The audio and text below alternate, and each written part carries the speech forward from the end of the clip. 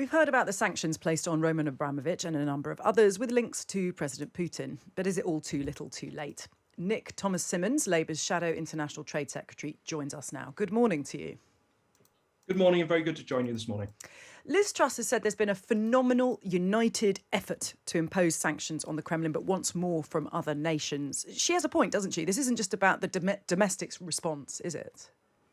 It isn't only about the domestic response, but if we are calling for other countries to do more, we must, of course, be leading by example. And what we've been saying this morning with regard to the sanctions on individuals and assets is that at the moment, the UK has announced that around about 41 Putin-related individuals or entities have been announced for targeted sanctions.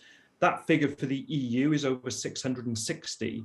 For the US, it's over 240. So whilst I absolutely support tougher sanctions from across the international community, I also urge the government to close that sanctions gap that already exists between what the United Kingdom is doing and what other countries are doing. We also have been talking this morning about the threat of a chemical weapon attack in Ukraine. If Russia uses chemical weapons, how should we respond? Would Labour support military action against Russia in those circumstances?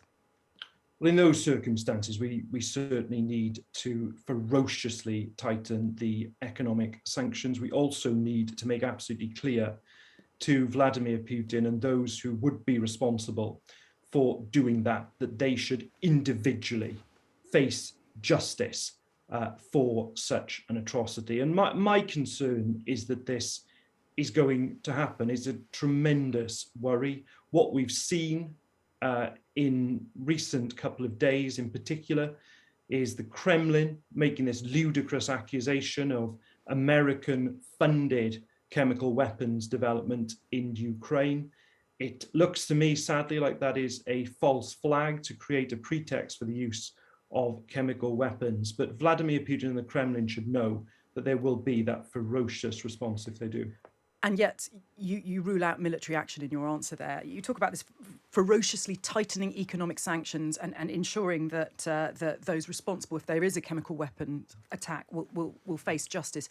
What are Labour's red lines for an invasion? What does Russia have to do to provoke a military response if chemical weapons aren't enough?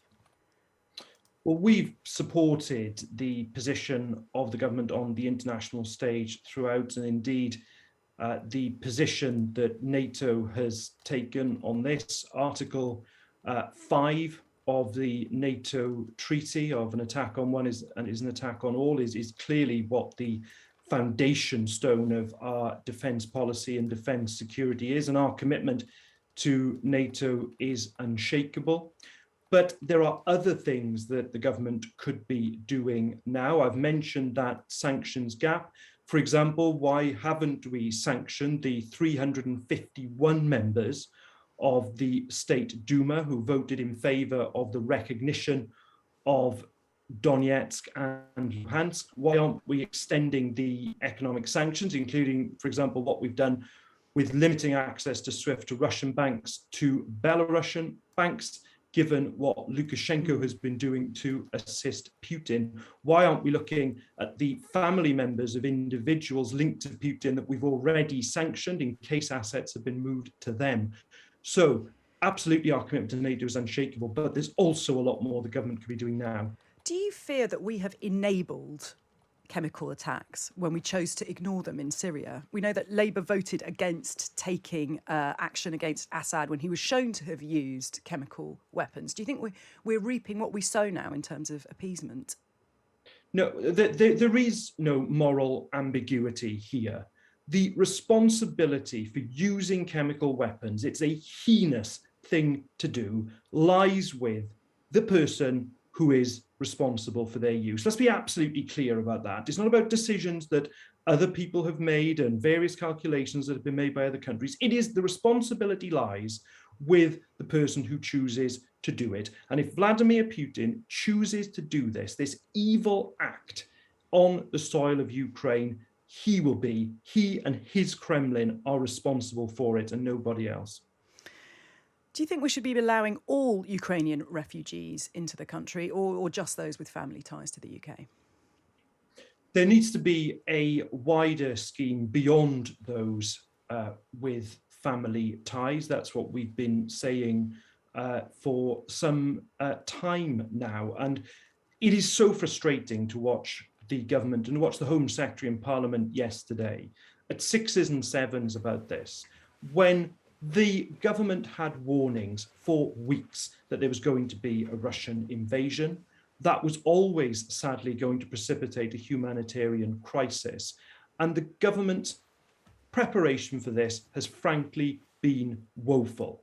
Finally, it seems we had the Home Secretary yesterday say that there could be, in the case of Ukrainian people with a passport, that they could apply online for sanctuary. That isn't coming into place, though, until Tuesday. Really, the government's response has not been good enough, and I urge them to do better and to do it at speed for people fleeing from this war zone. If we broaden the definition of who should be allowed into this country from Ukraine, we're going to have to house these people. Apparently, the British public is going to be asked to house them, but clearly there needs to be more investment in looking after these refugees. We're also facing a cost of living crisis, and lots of people unable to face paying their bills in the face of huge rises in inflation. What would Labour be doing to alleviate all of this? How would Labour be paying for those alleviations? Well, we've already set out in recent weeks, firstly, via a windfall tax on the excess profits of North Sea oil and gas companies, that we would be providing up to £600 to those households most in need to deal with the increase in energy bills.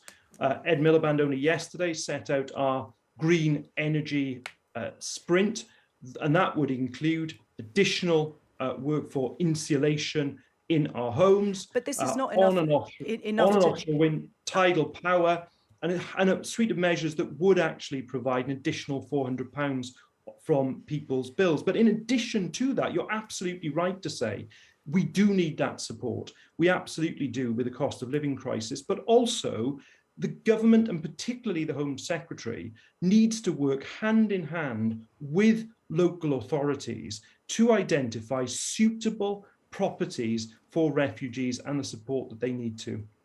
But you wouldn't be looking at, for example, increasing borrowing to pay for all of these, these major bills that both the government and individuals will have to pay without putting up taxes. We've already announced our green energy investment, where we would be investing £28 billion a year. But that would be money that, whilst we would be spending it up front, would have that long-term impact. In terms particularly obviously of reaching net zero. Secondly, we are very clear, we are responsible opposition when we make pledges, like, for example, up to £600 from energy bills, as I've said. Where that money would come from, it would come from the billions of dollars of profit that the energy companies are enjoying, talking about bumper profits, whilst people are struggling. Yes. But also, with regard to the refugees, because you did challenge me on that as well, I took the approach here in Torfaen of working with my local authority when we welcomed refugees from Syria, when we welcomed refugees from Afghanistan. And the local council here in Torfaen did a great job of identifying the properties, identifying the support. But those local authorities that are doing that needs that guidance, and they need that support from the Home Secretary too. Nick Thomas Symonds, Labour's Shadow International Trade Secretary, thank you so much for joining us. Take 44.